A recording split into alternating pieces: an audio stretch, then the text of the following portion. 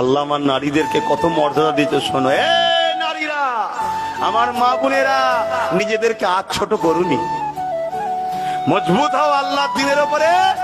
এ দুনিয়ার হাজারো লক্ষ ভালো ভালো পুরুষ তোমাদের জন্য বিবাহ লাইন দেবে, তোমরা শুধু আল্লাহ আল্লাহ রসুলের কাতারে দাঁড়াও। কথা বুঝছেন না, বোঝেন না?